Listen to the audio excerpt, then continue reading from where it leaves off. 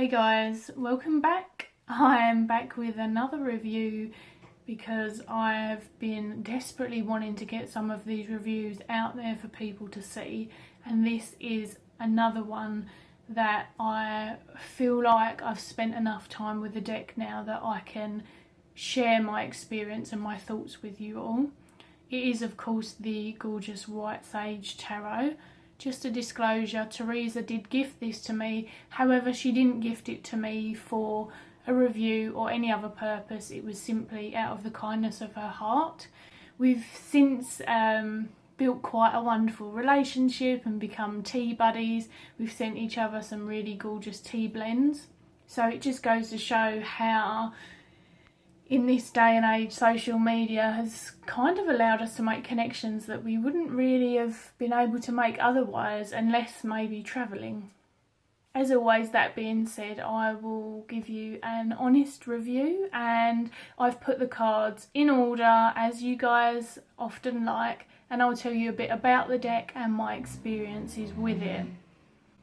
I don't know if you heard the super loud motorbike, but it's gone now, so let's get to the deck. When you order it, and I'm not going to discuss it too much because this is in an unboxing and there are loads. For one, I know that Sammy Menzo has done a beautiful unboxing on her page which shows you how it comes. It's very eco-friendly. It's something that Teresa's very aware of in terms of packaging her products and being kind to the earth. I'll put the link for Sammy Menzo's video below. It does come with a gorgeous little sprig of white sage, which I still have, but it's in my, what I like to think of as my medicine box, which has got various oils and tinctures and things in. And then it comes with this absolutely adorable business card. These are great business cards. These feel like the cardstock from the Spirit Cats Oracle, if anyone has that. It's really sturdy and I have it out quite a lot. And then a sticker. I've got two because Teresa sent me one with my tea, but I just wanted to show you guys because again, I haven't stuck them anywhere yet. I'm obsessed. I don't know where I want to stick them. But they're these really sturdy stickers. I feel like they would last forever. They're really thick. And I don't know the proper term for them, so we're just sturdy is gonna have to do. Onto the box, it's a two-piece box, and as you can see, the lid doesn't sit all the way down, so it is incredibly easy to get off. That being said, it's not hard to get off anyway. It's not a box that you're going to have to fight with. Don't just pick it up like this from a height because the lid does come clean off. So there's no need for thumb cutouts at all, and it does protect it wonderfully. Then on the back you've just got a selection of the cards. This is an indie deck, as you've probably realised by now. This deck is actually being published at a later date in the year, I think towards fall or winter time, by US Games. So there are a small amount of the decks available still indie wise if you want to support the indie artist directly or one of the shops that has them. If you're in the UK, Beth at Little Red Tarot does still have some, and I'll put that link below as well. Otherwise, if that's not in your means or you can't afford to do so right now, US Games is giving us the opportunity, which is really cool. And I'll be honest, my love for this deck has flourished so much that I would definitely consider getting, if I have the funds, you know, when it's come out maybe next year, getting a US game ones to back it up. But anyway, when you open the box, you've got the little white book, and then you can see we've got the deck. The little white book is quite small and concise. I will show you the inside. There is, however, an expanded PDF version which you can download from Teresa's website. And here we've got the chakras. Chakras are included, and I'll discuss that a bit more as we go along. So you can see here really short keywords in this particular book, Ace of Wands, Upright, Inspiration, Creation, and reversed, Delayed Start, Stagnation, a Spark of Energy. And then it gives you a little chakra code, especially if you're not familiar with them. That's incredibly useful. I found myself mostly using this to acquaint myself with the chakras and to just make sure I was reading the correct chakra. And after that, I didn't use it too much, but it's not because any other reason than I didn't feel that I needed it for most of the cards. I feel like the messages come through very clearly. And the only thing that I would say about this book, and this comes more from other people than myself, but I have had lots of discussions with people about this deck. I've done Instagram lives. A lot of people were quite keen to know, because there are animals in this deck, what the animals are. To me, 99% of them, well, all of them are recognisable as to kind of what type of animal, but then when you're looking at breed specifics, some people were a little bit hazy on what type of bird it might be or what type of big cat it might be, and a lot of people expressed an interest.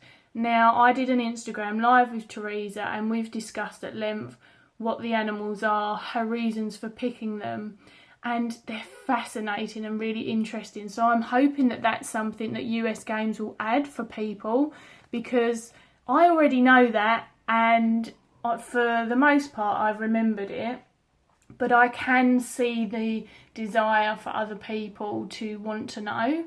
And US Games, they do generally, from what I'm aware of their newer stock, seem to bulk out their little white books a bit further. Teresa's incredibly approachable. She loves to talk to people about her creations. And if there is something that you want to ask her directly about this deck, then I would encourage you to do so, because I'm sure that she'll get back to you within a day or so, depending on how busy she is. Let's do our quick cardstock discussion, then we can get onto the deck. The backs are divine. As someone who is entirely not bothered about backs at all, I have come to notice that whilst I really don't care, and not in a horrible way, like I'm very open to backs, I do really enjoy this kind of pattern that is very easy on the eyes, and it reminds me of things like the backs on the Wild Unknown decks, and I just really enjoy it. As you can see, it's like basket weave. That's what it reminds me of.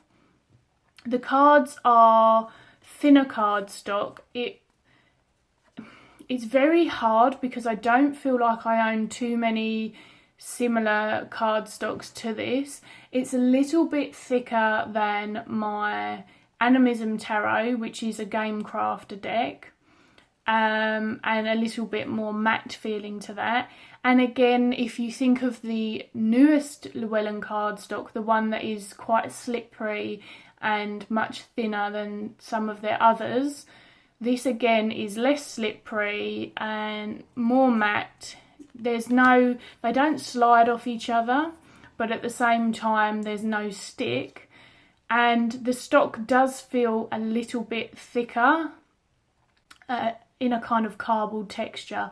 I feel like I'm becoming a cardstock connoisseur. I just really like to kind of explain it to people because I know that cardstock is a big deal. I like thick cardstock, and I would say that this is thinner, but I'm happy as long as the cardstock is durable. And this cardstock, I'll be honest, I did wonder how it would hold up. I'm not a rifle shuffler, I only overhand, so I can only speak to that, but it's lasted incredibly well. As you can see, it's borderless kind of. It's got a title at the bottom of each. And if you look at the corners of the cards, there's no damage to them whatsoever. It's really, really, really held up fantastically. So I'm really chuffed with that. No complaints here. Let's get straight into the deck, and we'll start with the majors because, as I say, I've put them in order for you. But I'm going to talk again about my experience with the deck and not just what you see. The mages are all numbered, which makes them incredibly easy if you're not familiar with the ordering. And they're predominantly animal or nature or object based. There's no humans in this deck. Also, I've just realised that I forgot to mention, I got this gorgeous print in the background and this cutie little card. They are both by Teresa as well. So if you've ever looked in the background of one of my videos and noticed that owl, that is who created it. Here's the full card, and this is actually Teresa's puppy, which I think is adorable. And as I've said in previous videos, when I know that about the creation of a deck and all the little quirks and intricacies and personal stories attached to them, for me, it doesn't affect the way that I bond with a deck, but I really like to know that from the creator. The more that I can know from the creator, the better. But that's just my personal view on the creation. One of the other things about this deck is it deals with simplicity beautifully without losing any, for me, without losing any of the symbology or the message. It's not a simple deck, but you understand what I mean by it's simplified, and it's quite beautiful in the way that it does that. So here for the Magician, we've got a feather, and then I feel like for me that's our insight into our inner tools. I don't really pay much attention to the feather at all, I'll be honest, but I can't remember if I've asked Teresa about that one. The High Priestess is her cat, and you know guys, I love the High Priestess for many reasons. It stalked me for ages last year, and I really enjoy the High Priestess as a cat. This is possibly my third or fourth deck where the High Priestess is a cat, and I'm totally jamming with it. The fact that it's her cat just makes it all the more fun. And I like the colour tones, because whilst I can't see the moon, the darkness and this kind of illuminated colour underneath, it feels quite reminiscent of that to me. We've got the Empress and the Emperor, which need to be seen together. That's another thing about this deck. The animals, whilst behaving quite animal-like still, are wearing crowns and jewellery occasionally. You'll know that personally I enjoy this. I find it quite whimsical and playful, and I don't feel like it ruins my understanding or ability to work with the deck, but you need to remember that this is just my experience and my review with it. We've got the Hierophant, which is an interesting concept, because despite knowing that this could be an adult deer, I always see this as a younger deer, or fawn, whatever you want to name it, but the message works really well for me still, and it kind of adds that element of knowledge doesn't have to be about age. And that's actually something that's irritated me a lot throughout my own years, is that people assuming that I lack knowledge due to my age, especially as someone who looks younger. And so it's interesting how these cards can then bring that unique message out from you. I said I wasn't just going to talk about the cards. I will talk about the deck as well, but I feel really drawn to talk about them now. The Lovers, seahorses, yes please, plus the men hold the babies, and I know that quite a few people like the reversal in roles. We've got the Chariot here, and it's still got the two horses and that yin-yang vibe to it, which I know that, again, this isn't an issue for me, but I've watched a lot of videos over time that have said when the Chariot's only got one horse, say in the Wild Unknown, that people, whilst they get the message, prefer that yin-yang, the two opposing forces working together feeling. So this does encompass that. They've kind of got different personalities going on as well, and then you've got the sun beaming in the background. The Strength card is this beautiful bear, and from what I understand, whilst I'm not going to share all of Teresa's personal stories, I'm sure that she will find ways of sharing this with people over time. This is something that came to her in a dream or a meditation or something of a visceral experience like that. And you can see that it still contains the infinity symbol. And the Hermit is just adorable. If I'm not a hooded sloth, you guys, then I don't know what I am. The Hermit is definitely my card, and or at least one of my cards that I resonate with deeply, and that just brings me a lot of joy. There is some Egyptian, I guess I want to say mythology, history, touches within this deck. There's all of really the things that Teresa enjoys. I mean, the fact that there's all these teacups and things, and I know that she likes to drink tea from all over the world, it really is a reflection of her and the way she experiences things or what she enjoys. And when I very, very first saw this deck, I think it was on Cape Cod Creatures, which is Holly, I wasn't sure if I would be able, whilst I actually have studied Egypt, I've been to Egypt several times to go on various expeditions and explorations and things like that, I remember feeling quite surprised at seeing them in there after what I had already seen in the deck. But it really works for me on a personal level. It's broken up something in me of the need for it all to go one way in a deck. I actually like that there's this difference and diversity in the way that it's been brought in. I can't mumble about it because I can't quite articulate it, but this is Anubis at the Wheel of Fortune. And so you can read this as the Wheel of Fortune, or you can even go and do some research, or if you already know, and add those elements to the cards. And I feel like that's a choice that's available to you, but it's not a requirement. And I'll talk more about that when we explore the chakras as well. As you can see, again, we've got the feather and the heart being weighed for justice, which again is something that ties in with the Egyptian, I want to say mythology.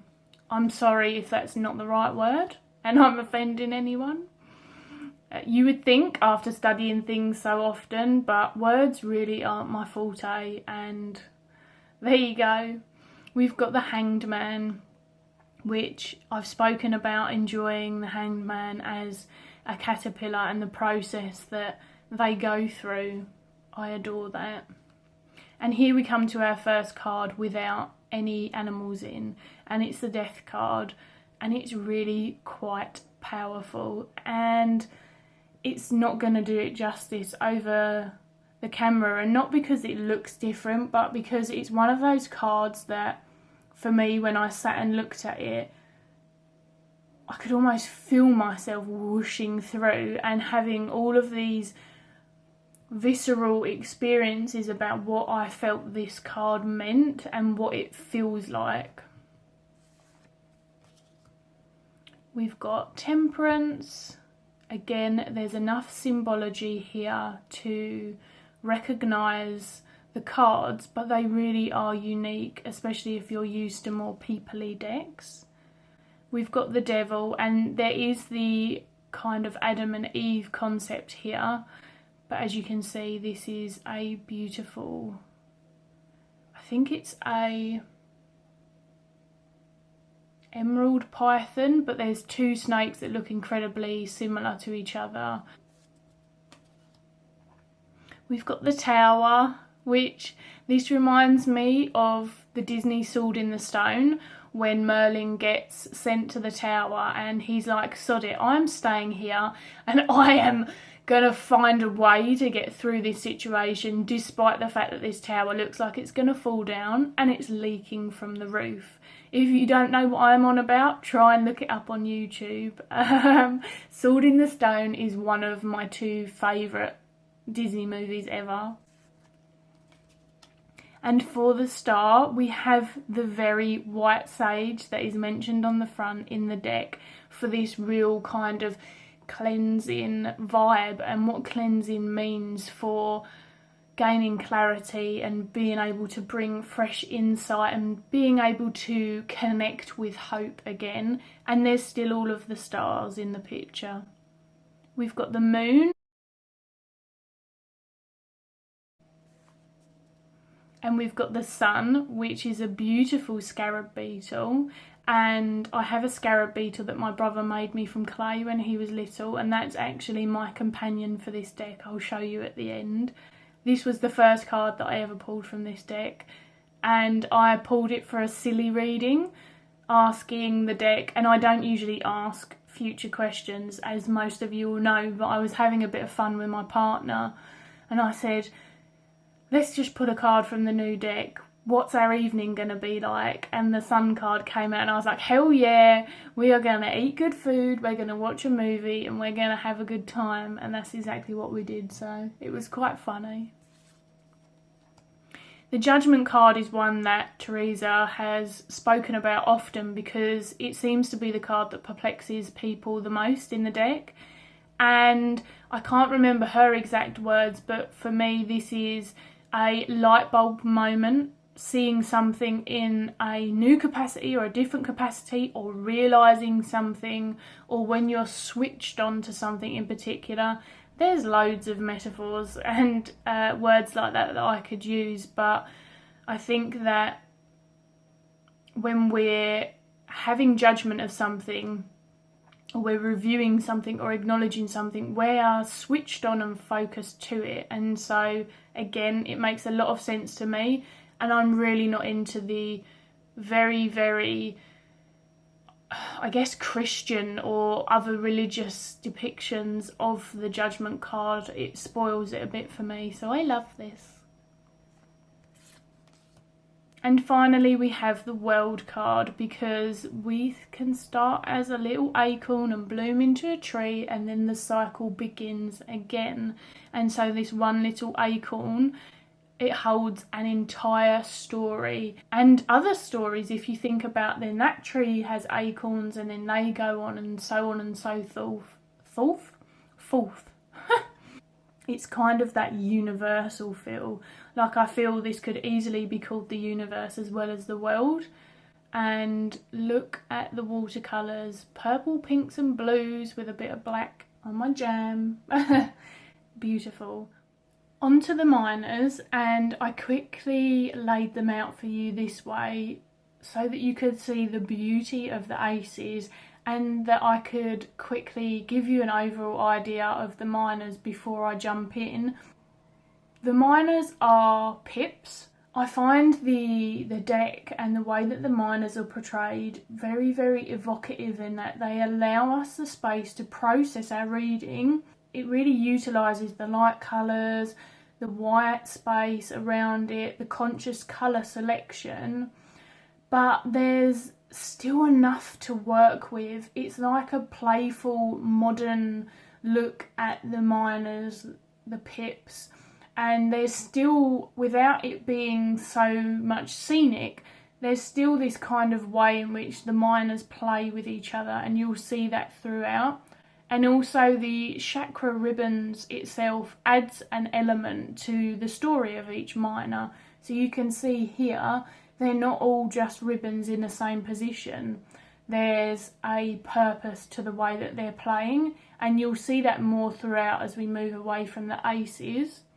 Now you can see that all of the aces do in fact have the same chakra ribbon, and it's really interesting because as I was looking through it, I did wonder if all of them numerology wise would have the same chakra, so all of the twos, all of the threes. It doesn't actually go like that through this deck, and I think that you could weave it in either way. The thing to note about this is that whilst it is a pip deck, there is still a draw on the Rider-Waite-Smith, and in speaking with Teresa, she didn't say that she was making a pip deck so much as that she wanted to make, simple wasn't her words. I wish I could remember things better. My memory's horrendous, people. But she wanted to create this more simplified view of the cards without the people, and it really does, for me, seem to be this crossover. It's Pips meets Rider-Waite-Smith, and they blend to add all of these levels. And now I want to jump in and show you the final cards and have a bit of a discussion about my experience with them. So we're starting with the ace, and you've already seen this one. I love the coffee cup. People often say to me that I don't drink coffee because my order of coffee in the coffee shop is a decaf caramel cappuccino with coconut milk. So no caffeine, no dairy, but I do still love to treat myself to one occasionally. Here you can see how she's used the chakra ribbons to really guide you into the message without being too obvious. And also these ones are a replacement of the water from the cups, and I feel like it's kept the element whilst giving you something to think about, I guess, so we can see that they're intertwined here.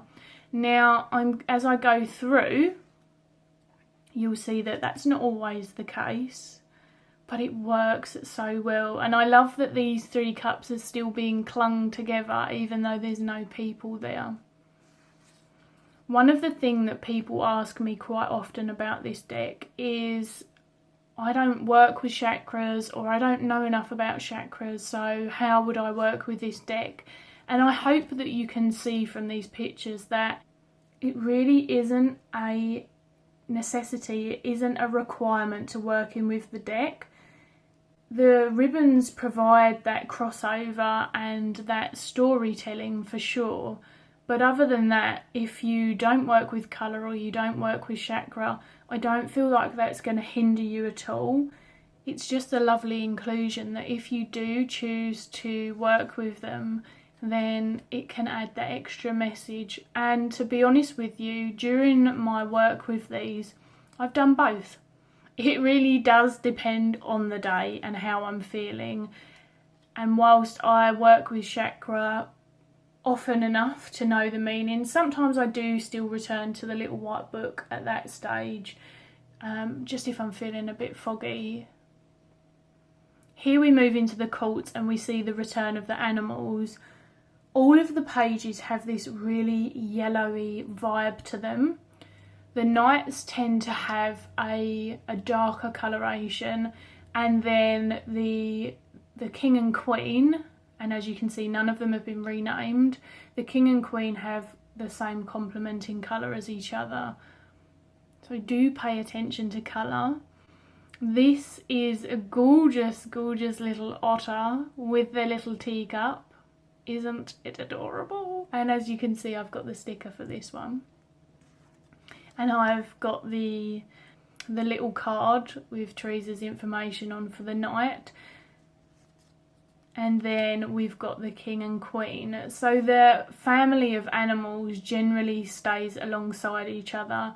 And I love that these two cards they're still looking at us, but they're facing towards each other. And it's a nice element to add those directions dependent on if you read that way and if they come up. Moving on to the Ace of Wands, and just because I've remembered what this is, I'm going to share it. The Ace of Wands is Pussy Willow, I believe it's called. And Teresa, I can't remember if she bought it for her husband or her husband bought it for her, and that's kind of how this card came into fruition, as she realised it looked quite similar to a wand.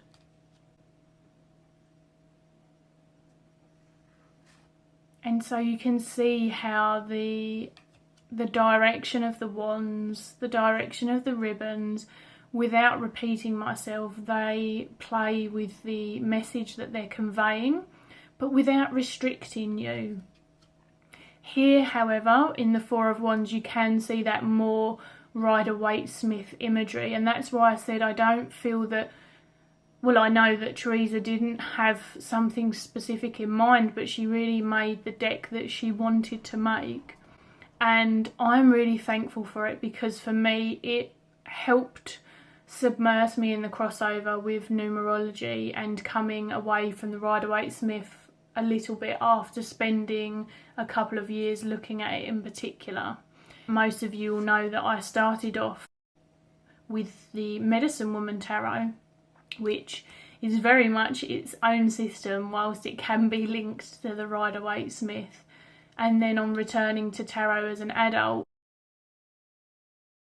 throwing myself into the Rider-Waite-Smith because it's useful. It's useful to know there's a lot of decks out there like it, but still feeling really called to work with lots of different variety, and having the Wild Unknown Tarot, which it kind of plays with that transition, but I feel this is then the next step.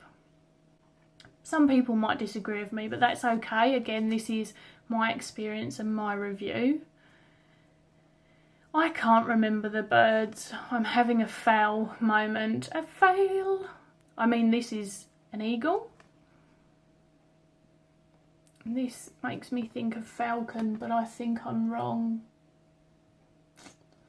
We can't be perfect. I deeply want to sometimes, but it's not good for me, so I'm just going to roll with it. Look at them. I love the fact that they've got these sassy crowns on, but I say this quite often about the Mystical Cats Tarot.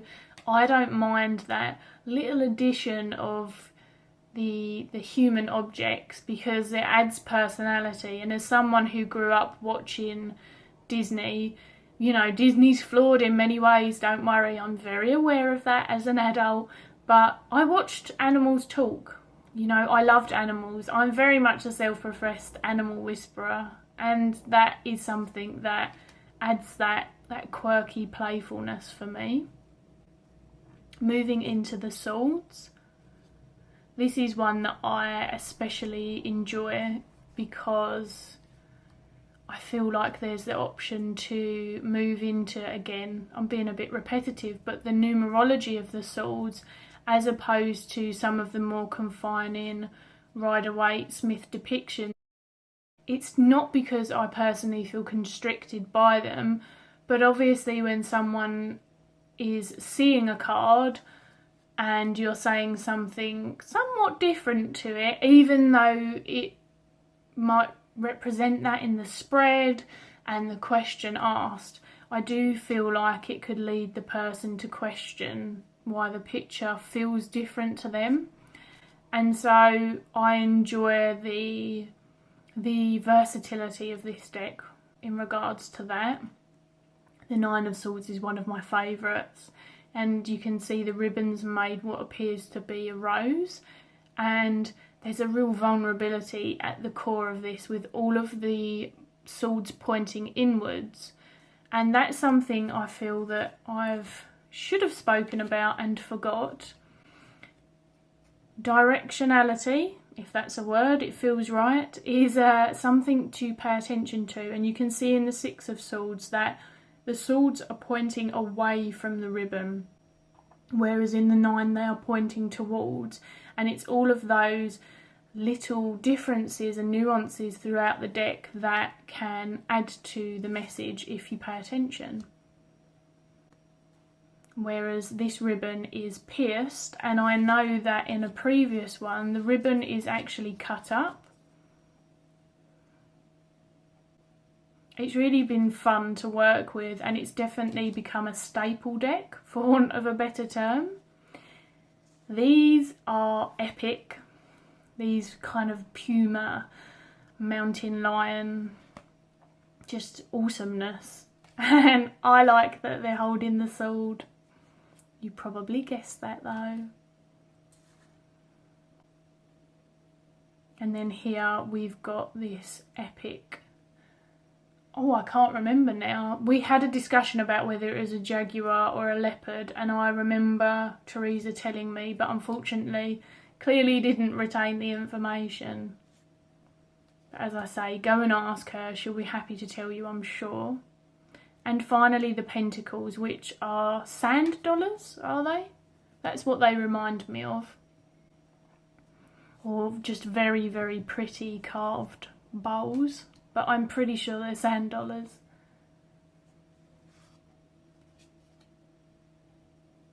Especially here where they look like they're actually buried in the sand. And this one's broken. So all in all, without gushing, I feel like this deck is going to become something much bigger when it hits US games. I know that not everyone has the funds for indie decks. I certainly didn't at the time that I was gifted this, and I'm, as I say, incredibly thankful to have been gifted it and to have the opportunity to work with it. But I can really feel it coming into its own when more people have access to it.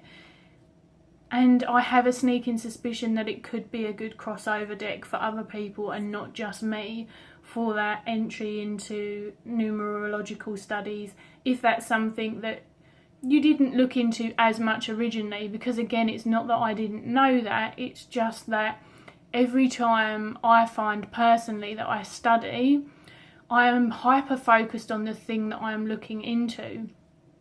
So growing up for years and years and years and years with just the medicine cards and the Medicine Woman Tarot and occasionally the Mythic Tarot meant that I either read the cards intuitively, which I was encouraged to do a lot, or I read the book. And apart from the Mythic Tarot, the medicine cards are an oracle and the Medicine Woman is a deck of its own volition. And coming back to the Rider-Waite-Smith, which I had touched upon in my 20s, but then in my later 20s, because there was kind of a gap in the middle bit, I guess I wanted to restructure it in my mind. And so that focus doesn't completely take you away from other stuff, but I feel that it's like anything. When you work a new skill, or you feel like you've built upon that skill in a fantastic way, you may be more inclined to use it for a while before you balance and integrate it back into the mix. And I feel like this year I have balanced and integrated everything back into the mix, and this deck was a big part of that. The gorgeous, gorgeous elephants for the pentacles speak realms to me, and their wisdom, their structure, their presence. And I love the little baby elephant in the Queen, how they're nuzzling each other. It does kind of add that affectionate vibe.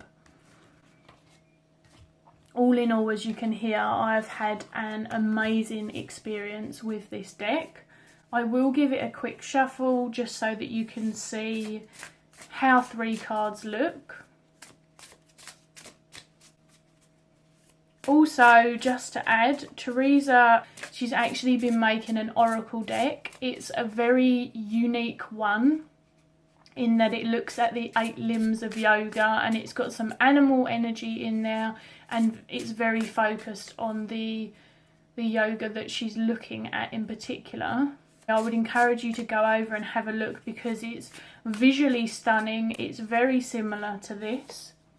And it is the same as this in its art style. However, there are cards like there's one that either is the Seed of Life or it looks like the Seed of Life. And other bits and pieces like that. I'll put all the links below. I just wanted to make sure I shuffled well. Oh look, we've got room for a 4th card. Let's go for a 4th card.